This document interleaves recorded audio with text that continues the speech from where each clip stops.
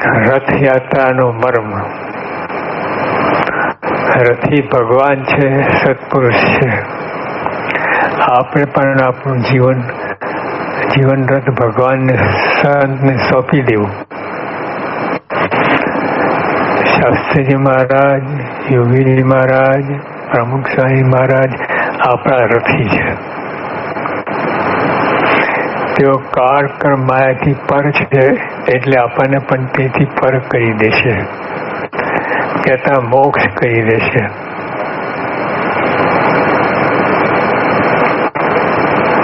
અર્જુને રથની લગામ શ્રી કૃષ્ણ પરમાત્માને સોંપી તો વિજય થયો. તેમ આપણે પણ ભગવાનને આપણા રથની દોરી સોંપીએ તો ભગવાન રક્ષા કરે.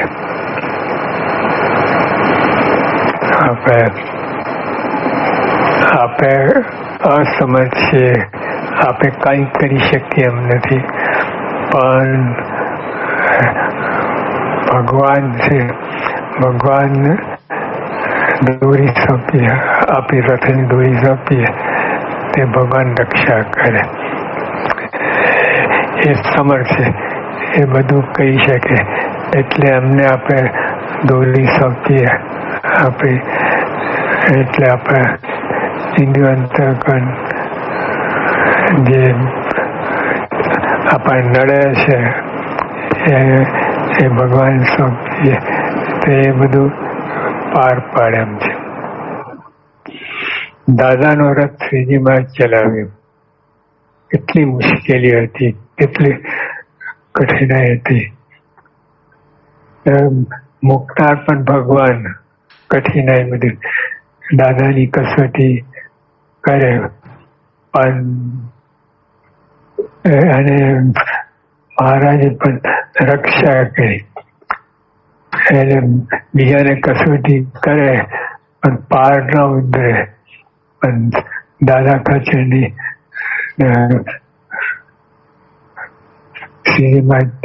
રથ ચલાવ્યો અને આ લોકને પરલોક બંનેમાં પાર પાડ્યા. આ લોક ને પરલોક બંનેમાં પાર પાડ્યા. નહીં તો બે માંથી એક થાય, પણ જેમાં એ રક્ષા કરી બંનેમાં પાર પડ્યા.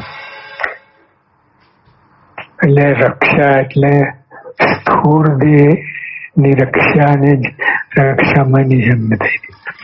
આપણે ઘણી વાર આવું જ માની છે. આપણા મનમાં એવું જ હોય છે કે મહારાજ આ સ્થૂળ દેહની રક્ષા કરે તો રક્ષા થાય. એવું નથી.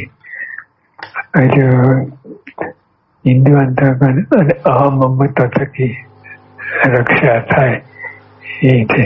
આપણે રોજ પ્રાર્થના કરીએ છીએ. પ્રાર્થનામાં સ્થૂળ દેહની તો વાત જ નથી. સ્થૂળ દેહ તો પણ આ ખરેખર જે આપણે ભેગા છે, અનાદિકાળથી ભેગા છે ઇન્દ્રિય અંતઃકરણ, એના થકી રક્ષા થાય. અહમ ને મમત્વ એ બે ભાવ થકી રક્ષા થાય. એ મુદ્દો છે.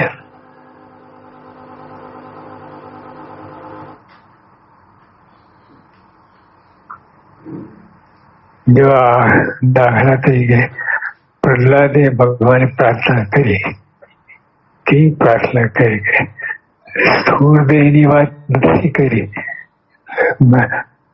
પ્રહલાદે પ્રાર્થના કરી કે મારા ઇન્દ્રિય અંતઃકરણ થકી રક્ષા કરજો.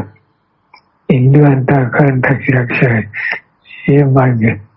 સ્થૂળ દેહની રક્ષા, પણ ભગવાન તો સ્થૂળ દેહની પણ રક્ષા કરી, પણ પ્રહલાદ એવું માગ્યું જ નતું કે ઇન્દ્રિય અંતઃકરણ થકી રક્ષા કરજો, ભાવ થકી રક્ષા કરજો. એ જ માગ્યું છે. અને ભગવાનના ભક્તને આવું જ માગવું. યુદી આપણે દેહની રક્ષા એ તો કરે કે ના કરે, આપણે જો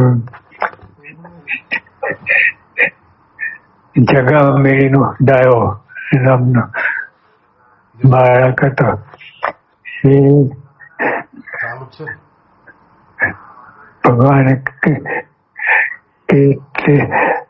એની રક્ષા ના થઈ, રક્ષા ના થઈ અને એના બાપે એને લટકાવીને મારી નાખ્યો. પછી સ્તુની રક્ષા ના થઈ પણ નંબર મળી ગયો કે શ્રીજી મહારાજે કહ્યું કે આપણે પ્રહલાદની તો ભગવાને રક્ષા કરી અને આપણે તો આની રક્ષા ના કરી. તો પણ પાર થયો અને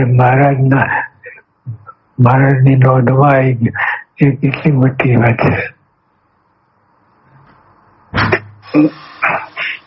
ટૂંકમાં તેની રક્ષા હવે માગતા નહીં. મનમાં એવું છે ને માગીએ જ દેહની રક્ષા. દેહની રક્ષા ભગવાન કરે કે ના કરે પણ ઇન્દ્રિયાંતઃકરણ થકી મોતોનો ભાવ થકી રક્ષા થાય એ જ મુદ્દો છે. અમે લંડન હતા, યોગી બાપાએ રથયાત્રા દિવસ હતો.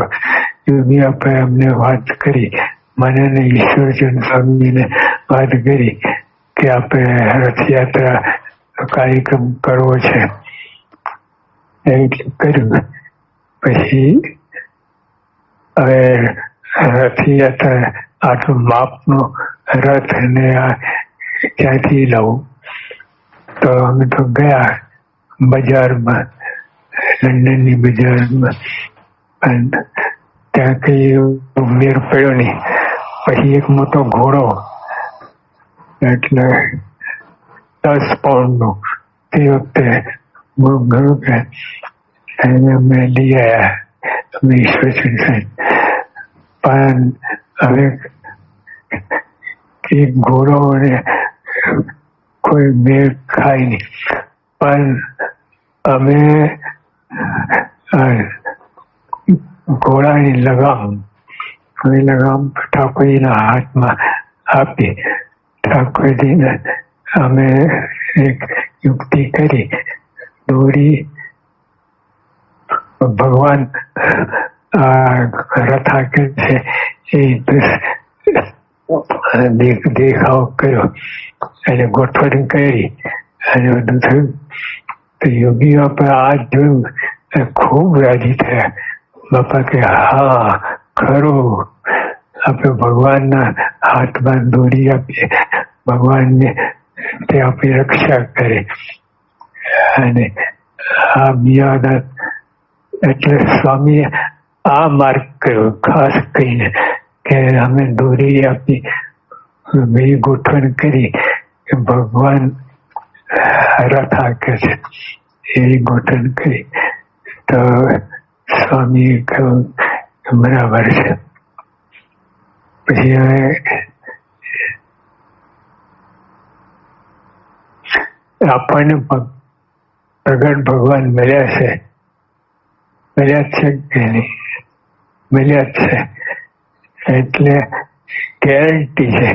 આપણે માયા જેટલા સંબંધમાં આવ્યા ભગવાન સંબંધમાં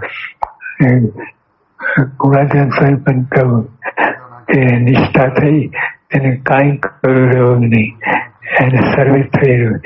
એટલે નિષ્ઠાની વાત એટલે ભગવાન સંત નિષ્ઠા આપણે કરી. તો અમારે એવું દ્રશ્ય કહ્યું. સ્વામી બહુ રાજી થયા. સ્વામી કે આપણે માયા પાર કરી અત્યારની મુક્તિ પામશો. મહારાજ એટલા માટે જ આવ્યા, સામાન્ય કલ્યાણ માટે નહીં, અત્યંતિક કલ્યાણ અથવા મોક્ષ. એના પછી બીજું કાંઈ જોઈએ નહીં. મહારાજ એટલા માટે તો જો આપણને મોક્ષ માટે જ આવે છે. બધા જીવોનો મોક્ષ કરવા, કલ્યાણ નહીં. કલ્યાણ તો બીજું બધું ઠીક છે, અનંત કલ્યાણ, પણ મોક્ષ અત્યંતિક કલ્યાણ એના પછી બીજું કઈ રહે નહીં, એ આપણે પામી ગયા છે. પછી હવે ગોંડલ હતા. ગોંડલ સાંજનો સમય થઈ ગયો હતો અને સ્વામી યોગી બાપાએ કહ્યું કે આપણે આજે રથયાત્રા છે એટલે આપણે કંઈક કરીએ. અમે બીજું એકદમ છેવાડે કઈ ક્યાં શું કરવું એ પછી તો અમે તો ગોંડલ ડેરી, અક્ષય ડેરીમાં આપણે થોડા ઝાડના પાંદડા ને બધું કરીને ગોઠણ કરી અને સ્વામી રાજી થઈ ગયા.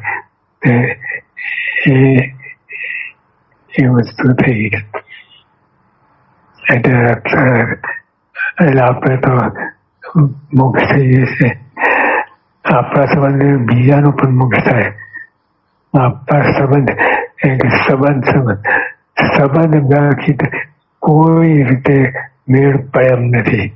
કોઈ સાધન, કોઈ કાંઈ થઈ શકે એમ નથી. પણ સંબંધ, ભગવાનનો સંબંધ થયો અને એના સંબંધ અને એના સંબંધ, એ સંબંધે બધું કલ્યાણ થાય. તો રથયાત્રા આજે પણ આપણે રથયાત્રા એ ભગવાનની પ્રાર્થના આપણે કરીએ. આ મોટા અત્યારે જે ચાલી રહ્યું છે કોરોના મહામારીનો વહેલી તકે અંત આવે, એકદમ થઈ જાય, નામ નિશાન ના એ રીતે આપણે પ્રાર્થના કરી છે તો ભગવાન કરશે. અને બીજું એટલે વરસાદ સારો થાય. 32 પાક થાય એ યોગીઓ પાસે, એટલે એ વરસાદ સારો થાય, બધાના દેશકાળ સુધરે. હરિભક્તો આ કોરોનાની મહામારીમાં ઊંચા આવે અને ચડી જાય, સરભર થઈ જાય અને એનાથી ઉપર આવી જાય. આ બે પ્રાર્થના કરી કોરોનાની મહામારી નો અંત આવે અને વરસાદ સારો થાય. વેદાંત સ્વામી મહારાજની ભગવાનની જય. વૈદિકી સનાતન સંસ્કૃતિની અંદર ઉત્સવોનું એક અનેરું સ્થાન છે. ભગવાનનો જન્મ, ભક્તોનો જન્મ, ઋતુ પરિવર્તન અથવા કોઈ કથા, એને અનુસારે ઉત્સવો બધા થાય છે. પછી તો ઉત્સવોની અંદર દૂષણો ભયા. પછી ભગવાન સ્વામિનારાયણ ઉત્સવો બંધ કર્યા નહીં. એ કહેતા I come not to destroy but to harmonize. એ હિન્દુ ધર્મની ફૂલવાડીના ફૂલ ક્યારાની ભાંગેલી પાળોને સમારવાનું કામ કરેલું. એટલે એમણે ઉત્સવમાં સુધારા કરી મેળાની જગ્યાએ સમયા કર્યા, એટલે બધા દૂષણો ગયા. અને આજનો દિવસ છે રથયાત્રાનો. એમાં ઘણી બધી વાતો અંદર આવેલી છે. અને જે અક્રૂરજી રથ લઈ અને કૃષ્ણ ભગવાનને મથુરા લેવા ગયેલા ત્યારથી રથયાત્રા શરૂ થઈ. બીજું એમ કે છે કે કંસ વધ પછી કૃષ્ણ અને બલરામ મથુરા દર્શન માટે નીકળેલા, ત્યારથી રથયાત્રા. ત્રીજું કે પોતાની વાલી બેન સુભદ્રાને દ્વારિકાનું દર્શન કરાવવા બળદેવ અને કૃષ્ણ ભગવાન રથની અંદર બેઠેલા, એ પણ આવે છે કથા. અને 18 દિવસ સુધી રથ ઉપર બેસી લગામ પકડી અને શ્રી કૃષ્ણ ભગવાને અર્જુન અને પાંડવોને વિજય કરાવ્યો, એ રથયાત્રા. હવે એક કથા એવી આવે છે કે યાદવાસ્થળી પછી ભગવાન શ્રી કૃષ્ણે જયારે દેહોત્સર્ગ કર્યો ત્યારે એ વખતે એમનો અગ્નિ સંસ્કાર દરિયાકાંઠે થતો હતો. અડધો શરીર મળેલું અને અડધું શરીર પછી સમુદ્ર એ તાણી ગયો પોતાની અંદર. અને એ વખતે માવાના રાજા ઇન્દ્રદ્યુમ્નને સપનું આવ્યું કે એક અસ્થિ તણાતો આવશે ભગવાનનું. હવે લઈને લાકડાની મૂર્તિઓ તમે બનાવી અને હૃદયની અંદર અસ્થિ ભગવાનના હૃદયમાં મૂકજો અને કૃષ્ણ, બળદેવ અને સુભદ્રા ત્રણની મૂર્તિઓ મૂકજો, એવી એમણે વાત કરેલી. એક વખતે એવું બનેલું આની પૂર્વ ભૂમિકામાં કે રોહિણી ગોપીઓને કૃષ્ણની લીલાની વાતો કરતી હતી બધી ખાનગી. એ વખતે સુભદ્રાને દરવાજે ઉભી રાખેલી અને કોઈને નહીં આવવા દેવા માટે, અને ત્યાં તો કૃષ્ણ અને બળદેવ આવી ગયા એટલે એ પણ ત્યાં ઉભા રાખી દીધા અને એ બધા વાતોમાં લઈને થઈ ગયા. અને પછી નારદજી આવ્યા કે આમ નામ દર્શન દેજો, એટલે એ રીતે આ ત્રણ મૂર્તિઓની પ્રતિષ્ઠા થાય છે. એટલે એ પ્રમાણે આપણે તો બધી દંપતી હોય પણ એ તો ભાઈ બહેનો છે, તો આ રીતે આ મૂર્તિઓની પ્રતિષ્ઠા થયેલી છે. હવે આ મૂર્તિઓની પહેલાની વાત કરું કે પછી એવું કે લાકડું તમે લોક શોધવા જાઓ અને જ્યાં જંગલમાં મારી મૂર્તિ દેખાય એ લાકડું પસંદ કરજો. અને ત્યાર પછી વિશ્વકર્મા એને ગળવા બેઠા વૃદ્ધ બ્રાહ્મણનું અરે સુતારનું રૂપ લઈને, અને કોઈ બાણા કોઈ ખોલવાના નહીં, હું પૂરું કરું નહીં ત્યાં સુધી. તો બહુ વખત થઈ ગયો, રાજાની ધીરજ રહીને ઇન્દ્રદ્યુમ્નની, અને એને બાણું ખોલ્યો તો હાથ ને બધું બાકી હતું અને પછી અદૃશ્ય થઈ ગયા. અને કોઈ વિશ્વકર્મા પછી કોઈ બીજા સુતારે હિંમત કરી નહીં અને એવી ને એવી મૂર્તિઓ પધરાવવામાં આવી. અને આ મૂર્તિઓને 8 વર્ષે 12 વર્ષે કે 18 વર્ષે બદલવામાં આવે છે ને નવ કલેવર ઉત્સવ કહેવાય છે. બહુ મોટો યાત્રાનો ઉત્સવ થાય છે. અને એનું અસ્થિ છે એ વૃદ્ધ ભીલ એ પછી કૃષ્ણના હૃદયની અંદર એ ગોઠવી દે છે, એવી એક કથા ચાલુ છે. હવે ત્યાં બધો દેગ ચડાવવામાં આવે છે. દેગ એટલે એની ઉપર ભાત ચડતા હોય છે અને એવી પ્રકારની પ્રણાલિકા છે. અને ત્યાં ફરાળ ના દિવસે એટલે એકાદશીના દિવસે પણ બધા જમે છે ભાત, એટલે ત્યાં એકાદશીને બાંધેલી છે. 1972માં પ્રમુખ સ્વામી ત્યાં જ હતા આ એકાદશીએ કે ભલે આપણે બાંધી પણ આપણે તો ફરાળી કરવી, એવી વાત ત્યાં આગળ થયેલી, એ પણ યાદ આવે છે. અને આ પ્રમાણે હવે આ રીતે હવે જે જેઠ સુધી પૂર્ણિમા આવે છે ને દેવસ્નાની પૂર્ણિમા, આમ તો સ્પંચ કરતા હોય રોજ લાકડું છે એટલે, પણ પછી એ દિવસે પૂર્ણ સ્નાન કરાવે એટલે ભગવાને જરા શરદી થઈ ગઈ અને તબિયત નરમ ગરમ થઈ ગઈ એટલે પછી એ દિવસ દર્શન બંધ કરી દે છે. અને ત્યાં બહાર પટની મૂર્તિઓ મૂકે છે આગળ. અમે એક વખતે ત્યાં જ ગયેલા અને ત્યાંના રાજા ગજપતિ દિવ્યસિંહ દેવે સ્વામીના બધી જગ્યાએ ખુલ્લા પગે પોતે આવેલા અને આ પોતાના મહેલના પધરામણી પછી બધે દર્શન કરાવેલા, એ પણ યાદ આવે છે. અને એ પછી હવે જરા તબિયત ઠીક થઈ એટલે આજના દિવસે ભગવાનને મન મોકળું કરવા માસીના ઘેર લઈ જવા માટે આ રથની અંદર બેસાડવામાં આવે છે. એ રથ પણ ત્યાં દર વર્ષે નવા બને છે, લગભગ 60-61 ફૂટના ઊંચા રથ બધા. અને એ વખતે અમે ગયા હતા, રથ બનતા હતા અને એમાં પછી 3 રથ છે, તાલધ્વજ, નંદીઘોષ, દર્પદલન. અને એમાં બલરામ અને પછી આજે કૃષ્ણ સુભદ્રાની મૂર્તિઓ ત્યાં પધરાવવામાં આવે છે. અને એ પ્રમાણે આ રથ હવે એ બધા ખેંચીને જાય છે. રાજા આગળ સુવર્ણનું ઝાડુ લઈને કચરો વાળે છે અને આબડા દંડા રોડ ઉપર બધા રથ ખેંચે છે, એવી પ્રકારની આ કથા આવે છે. હવે એ જ વખતે એવું થયેલું કે ભગવાન સ્વામિનારાયણ વર્ણી વેશે ત્યાં પધારેલા અને 6 મહિના રહેલા વાયુભક્ષણ કરીને ઇન્દ્રદ્યુમ્ન સરોવર પર એ પોતે રહેતા હતા. ચંદ્ર તળાવીમાં યોગ કરતા હતા, સમુદ્રમાં સ્નાન કરતા હતા. અને એ વખતે સ્નાન કરીને આવતા ત્યારે ગંગવંશીય રાજા મુકુંદદેવ એમને મળ્યા અને જોયું કે આ કોઈ દિવ્ય વિભૂતિ છે, તો કાલે કે રથયાત્રામાં તમે પધારજો. એટલે કે મારે કોઈ ભલે એમના માટે પણ કહે છે કે એક રથ તૈયાર કરેલો અને આ પ્રમાણે સુંદર રથયાત્રા એ વખતે નીકળેલી. એ એક પ્રકારનો પ્રસંગ આપણા સંપ્રદાયની અંદર પ્રસિદ્ધ છે. ત્યાંના રાજાનો મહિમા બહુ છે. જ્યારે ચાકુલિયાની અંદર મંદિર બન્યું આ ધરતી અરે સુનામી પછી, તો એ વખતે હેલિકોપ્ટરમાં સ્વામીની સાથે એમને પણ આવેલા, કારણ કે એ લોકો એવું માને છે કે આપણે જ્યારે અમે ત્યાં જગન્નાથની મૂર્તિ સાથે પધરાવેલી એ જો નૈવેદ્ય પૂરે ને તો જ મૂર્તિ પ્રવિત્રવાળી કહેવાય. એટલે એ પણ બહુ સ્વામીના બહુ હેતવાળા પ્રેમવાળા છે અને એ બધું કાર્ય થયેલું એ પણ બરોબર યાદ આવે છે. હવે આપણે જોઈએ કે પછી એ રથયાત્રા 7 દિવસ ગુંડીચા એમની માસી એમના ત્યાં ઇન્દ્રદ્યુમ્ન સરોવર ઉપર રહે છે અને પછી પાછા વળે છે અને બાહુડા કહે છે, બાહુડા યાત્રા એમાં એ બધા ભળે છે. અને આ પ્રમાણે જનકપુરથી પાછા મંદિરે આવે છે. આપણો પણ આ પૃથ્વી ઉપર આવ્યા છીએ અને આપણે પણ આ જન્મ્યા ત્યાંથી મંદિર કહેતા ભગવાનના ધામ સુધી પહોંચવાનું છે. અને એના માટે કઠોપનિષદની અંદર એક કથા આવે છે કે આત્માનમ રથિનમ વિદ્ધિ શરીરમ રથમેવતુ બુદ્ધિમ તો સારથિમ વિદ્ધિ મનઃ પ્રગરમેવ ચ ઇન્દ્રિયાણી હયાનાહુ વિષયાંસ્તે સુગોચરાન આત્મેન્દ્રિય મનોયુક્ત ભોક્તેત્યાહુ મનીષિણ. એનો અર્થ એ થયો કે આત્મા છે રથી છે, અને શરીર છે રથ છે, અને બુદ્ધિ સારથી છે, મન લગામ છે, અને ઇન્દ્રિયો ઘોડા છે, અને સામે પંચ વિષયોનો આ બધો બિહામણો માર્ગ છે. અને આત્મારામ જ્યાં 5 પાડા માતેલા એક રૂમમાં ગોઠવ્યા હોય એવી આરામથી બેઠેલા છે. હવે એવા સમયની અંદર આ રથ ચાલે છે. એટલે યાદ રાખવાનું કે દરેકને એમ થાય છે કે રથ મારો સૌથી આગળ લઈ જવો, અને એ રીતે બધા રથ દોડાવતા હોય છે. અને વિશ્વની અંદર કેટલા બધા રથો દોડાવ્યા, એમાં બધા રથી હોય, પછી મહારથી હોય, અતિરથી હોય, પણ એ બધાની સાથે જો સારથી બરોબર ના હોય તો એ બધા રથો ઉથલી ગયા છે.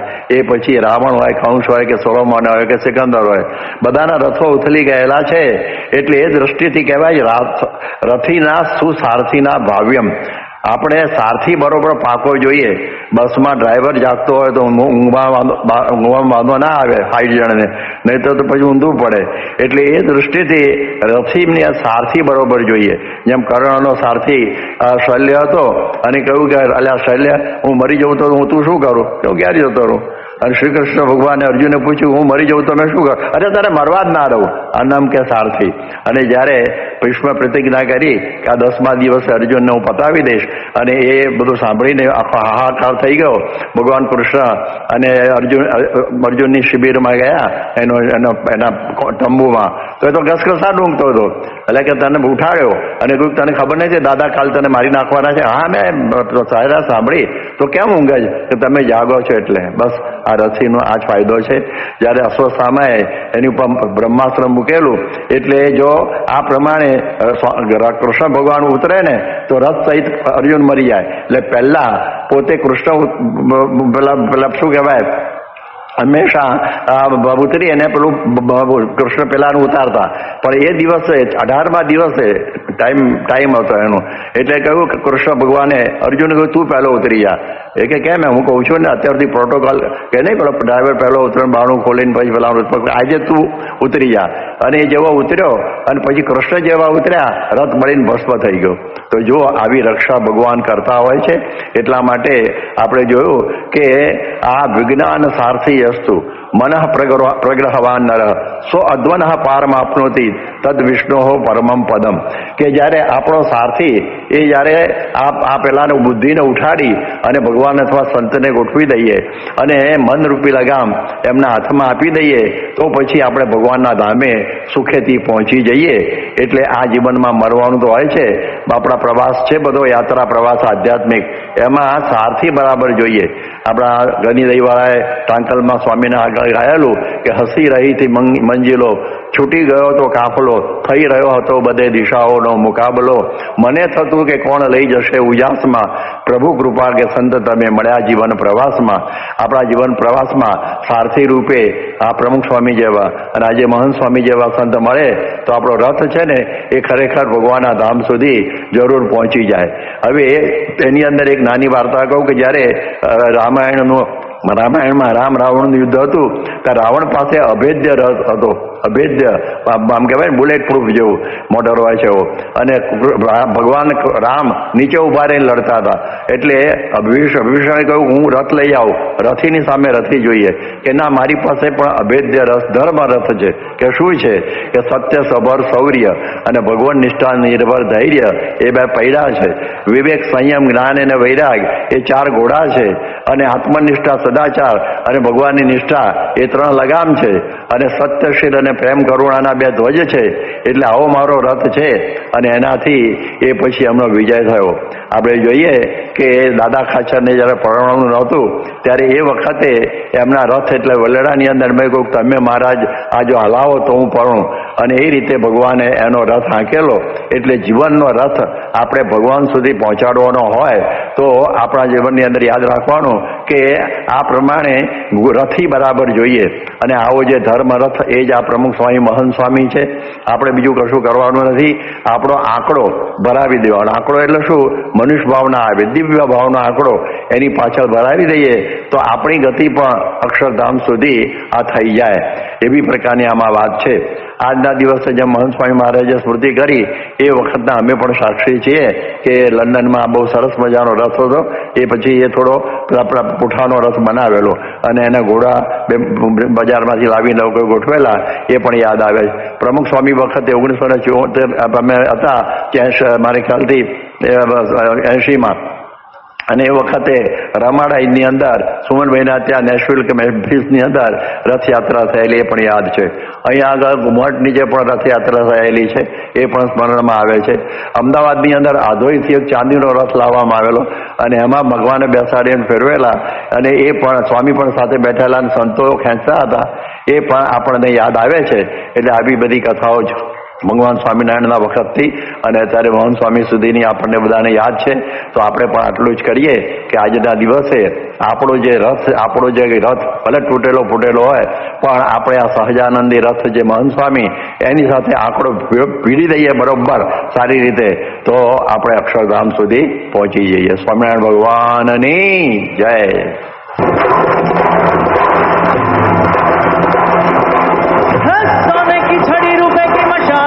जरियान का जामा मोतिन की माला, काने कुंडल माथे मुगट, एवी शोभा ने धारण करता हुआ श्री हरि कृष्ण महाराज ने घड़ी खम्मा घड़ी खम्मा घड़ी खम्मा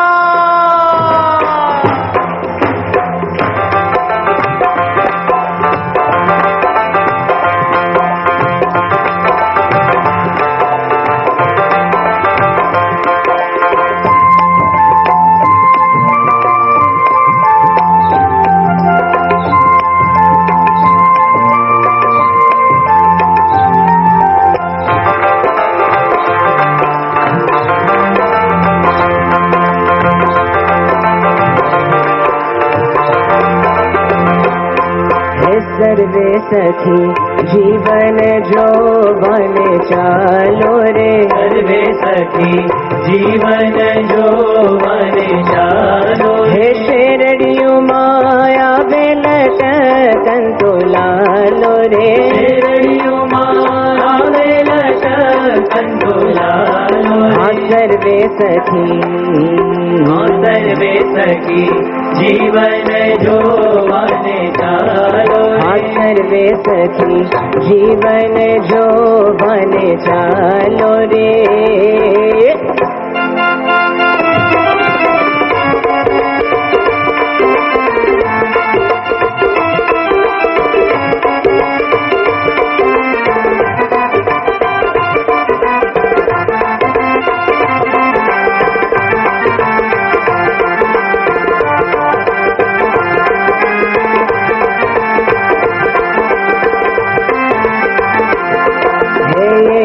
शोभा मुखे वर्ण भिन जाय रे. शोभा मुखे वर्ण भिन जाय हे जेने निगम ने तीने ती करी गाय रे. तो वाचो निवर्तन्ते अप्राप्य मनसा सह. यतो वाचो निवर्तन्ते अप्राप्य मनसा सह. जेने निगम नेति नेति करी गाय रे. जेने निगम नेति नेति करी गाय हाँ सर्वे सखी जीवन जो बने चालो हाँ सर्वे सखी जीवन जो बने चालो रे.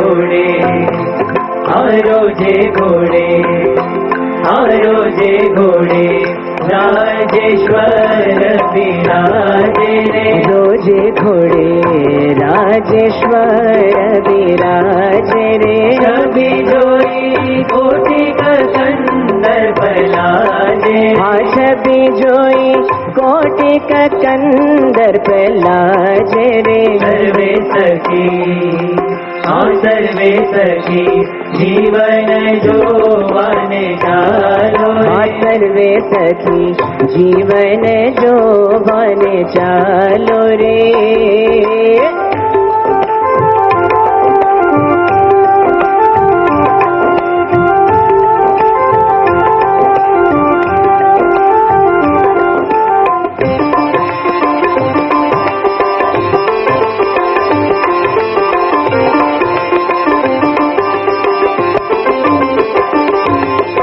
मळ्यावे महामुनीना वृंद रे मळ्यावे महामुनीना वृंद हे तेमा शोभे तारे विट्यो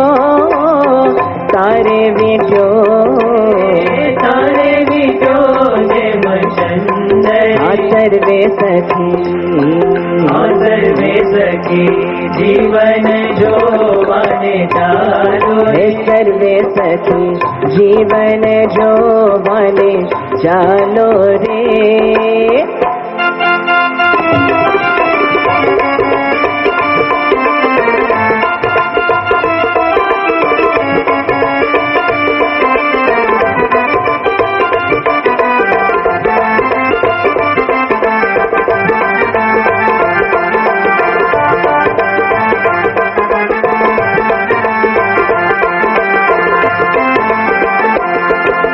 शुक सनकादिक उत्तम जश गावे रे शुक सनकादिक उत्तम जश गावे रे नृत्य करे नारद वीणा बजावे रे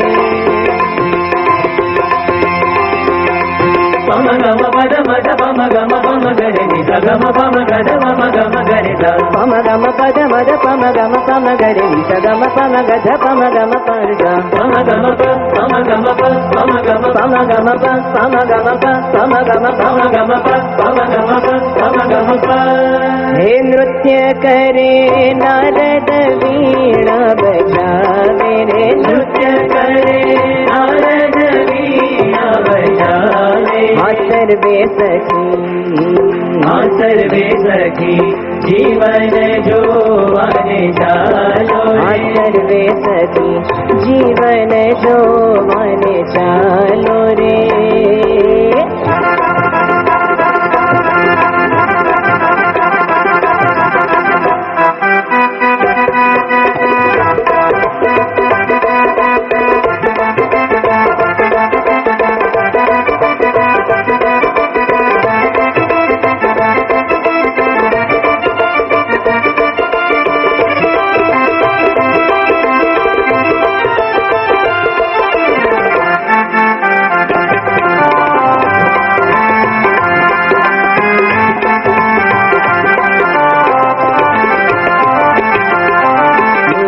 सखा चमर कर लई हाथ रे निज सखा चमर कर लई हाथ रे निज सखा चमर कर लई हाथ रे निज सखा चमर कर लई हाथ रे आजो अव्या भूमानंद नाथ आजो अव्या हे आजो आव्या भूमानंद नाथ रे आजो आव्या भूमानंद नाथ रे सर्वे सखी जीवन जोवन चालो रे सर्वे सखी जीवन जोवन चालो रे सर्वे सखी जीवन जोवन चालो रे सर्वे सखी जीवन जोवन चालो रे शेरडियों मां आवे लट कंदोलालो